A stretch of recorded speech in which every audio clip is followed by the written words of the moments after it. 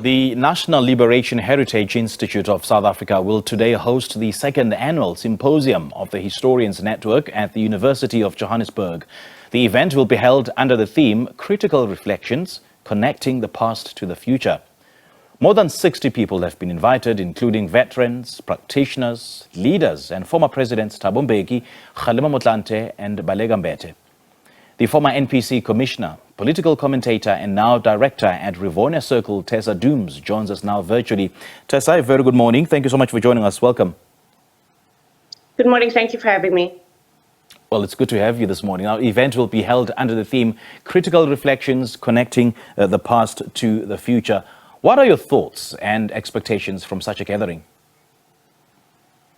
So I think these kinds of gatherings have an important place because, of course, our history is always important and understanding that history is important.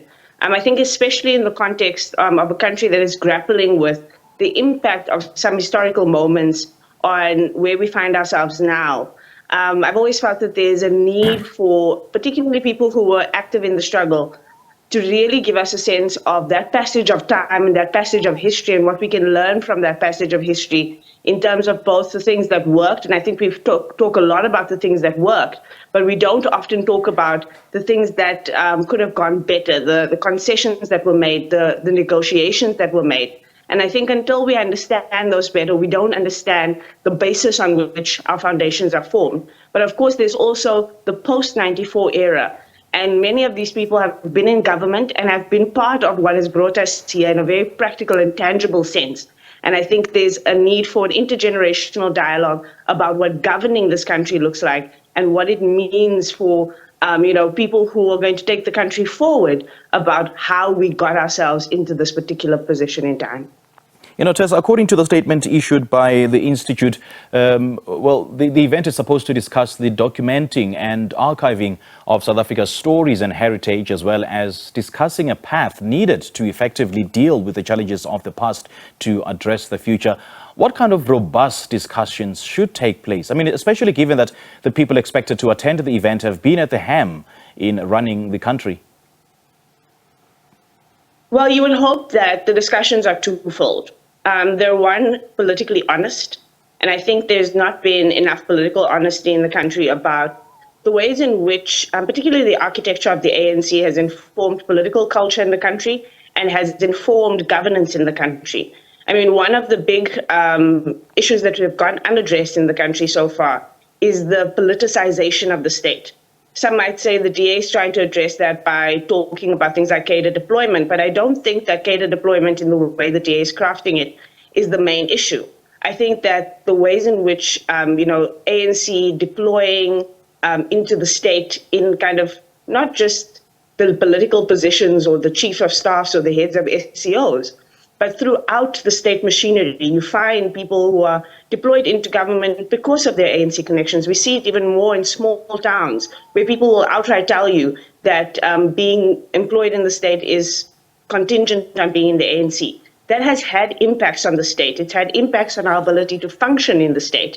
And we must have political honesty about what that has meant, why it has happened that way, and how the ANC should resolve it. But also the questions about accountability and leadership accountability.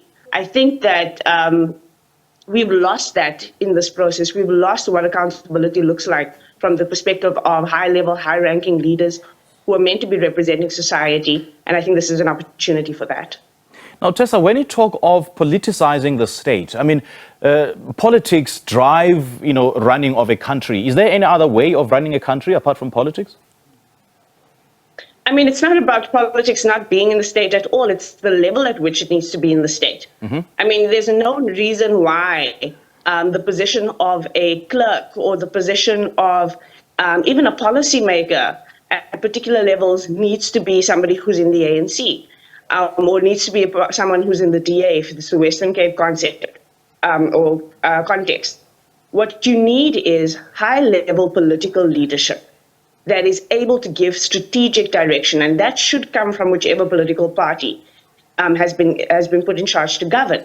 But the bureaucracy of the state in the main needs to be depoliticized for the sake of continuity, but also for the sake of checks and balances internal to government. So, for example, governments around the world have bureaucracies that work regardless of who's at the helm. If you think about Europe, where they take up to 6 months to establish a government in a coalition context, but the state is still able to run because the bureaucracy is not dependent on who's in government. That's the kind of functionality you need. In the US, you see these long transitions of government, but part of it is held together because there are bureaucrats in the state who are there regardless of who governs. That's what you need, a healthy balance of people who are there, regardless of who governs, there on merit and all of those things, and then a strong political leadership that drives a vision every 5 years. I see that quite a number of politically prominent people will be attending, like the likes of, Baleka Mbete, who is the chairperson of the National Liberation Heritage Institute of South Africa. And some of the people invited are former President Thabo Mbeki, Kgalema Motlanthe, Nelvis Kgalema, the president of Azapo, and the Julius Nyerere Foundation in Tanzania will also be represented by Professor Eddie Maloka, the CEO of the African Peer Review Mechanism, and the presidents from Azapo, BCMU, the IFP, and PAC have all been invited. So what would you say if you were to be in the same room as them? I would say that the time for a true generational handover has come, and that all of these foundations, all of these high-profile leaders need to set a tone that they are ready to be led by the young people of this continent, that they are ready to create and give of their social capital and their political capital to ensure that the next generation, even 2 generations at this point, given the general age of African leaders in incumbents at the moment. We're about to vote in an election where there will be somebody, at least 1 or 2 or 3 people over the age of 65 who are going to be on the ballot. I think a strong message must be sent that there's time for a generational handover of leadership, both in our countries but also on the continent. The adults in the room can't be our grandparents. Our grandparents can't be the adults in the room. There are generations of young people that come after them that are now the adults in the room who need to take forward the baton, and I think that's the tone they should strike. And speaking of generational handover, it suffices to say that young people are much more creative, are much more vibrant in terms of, ensuring that things are done. But in terms of running a country, do you think that they are capacitated enough? Do you think that the current cabal of leadership has been quite cognizant enough to pass on the skills to the younger generation? Do you think that they are ready? The very same people we're talking about and these historic figures whose through their foundations will be represented were leading liberation struggles when they were in their 20s and their 30s. Were leading countries when they were in their 30s and their 40s. Even in our own context, Kgalema Motlanthe and Thabo Mbeki were very young when they were liberation struggle leaders and when they started leading the country. I think that there's no doubt that 30 years later, if this country has not been able to produce leaders of that caliber in the age brackets of 20, 30, 40, even 50, who are able to be at the helm of the country, then we have failed. And the same people who have caused us to fail can't be the people who take us forward anyway. Mm-hmm. And so if we're going to take a gamble, we must take a gamble on where our demographic dividend is, which is with the youth. Now, Tessa, what kind of value and relevance do such gatherings have? Given where South Africa is today, especially because those who've been part of leadership of South Africa since 1994 will be participating. What reflective conversations do you think should take place? Yeah, I think these gatherings are going to be determined by what we try and get out of them in terms of real outcomes. And those real outcomes must be driven by mandates of accountability, mandates of owning up to the failures of the system, to the failures of governance, and then calls to action to support a new generation. I think that it comes down to that for me. I think these are also contexts, as I said earlier, for real historical review and documentation of what were some of the pitfalls and the challenges. But I think that they do have limited use if all we're going to use them to do is to take pictures next to high-profile people and say that we were counted amongst them who stood next to the likes of Mbeki.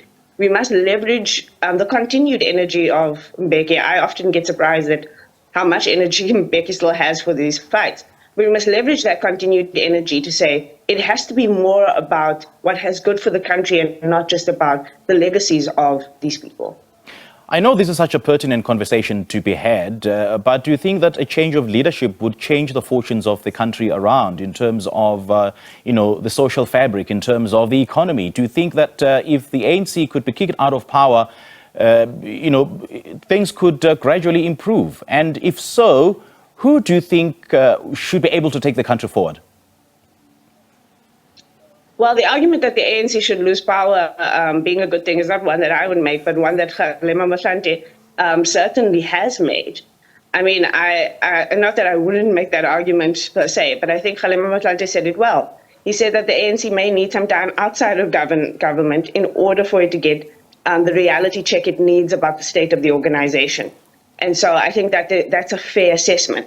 But I think that there's a bigger thing at play here, and that our leadership has lacked two things. One, a representativeness of the nation. And we see many political parties forming. There are over 600 registered political parties, over 300 that have contested. You see that this is a call from South Africans for representation of people from our communities, from local level. And for me, the change of leadership is about devolving leadership into the hands of communities, and to stop focusing on who the president is and start focusing on who's representing us in parliament and making our laws, to start focusing on who are our councillors, who are MPLs, who are our premiers, and are those people representative of the communities they are meant to serve? If not, that is the big leadership change we need. I did mention that some big names will be attending this conference, but two prominent names are not on the list. One, former President Jacob Zuma is reportedly in Russia, and President Cyril Ramaphosa doesn't seem to be part of the gathering. So what do you make of that? Are they not supposed to be part of such a gathering? I wouldn't have a comment on that, to be honest. I think that people decide and determine who's in those rooms on their own volition. I think that there's a lot of complicated politics around former President Jacob Zuma, but I really don't know who's convening the meeting well enough to comment on. All right, Tessa, lovely chatting to you. Thank you so much for joining us and sharing your thoughts with us this morning.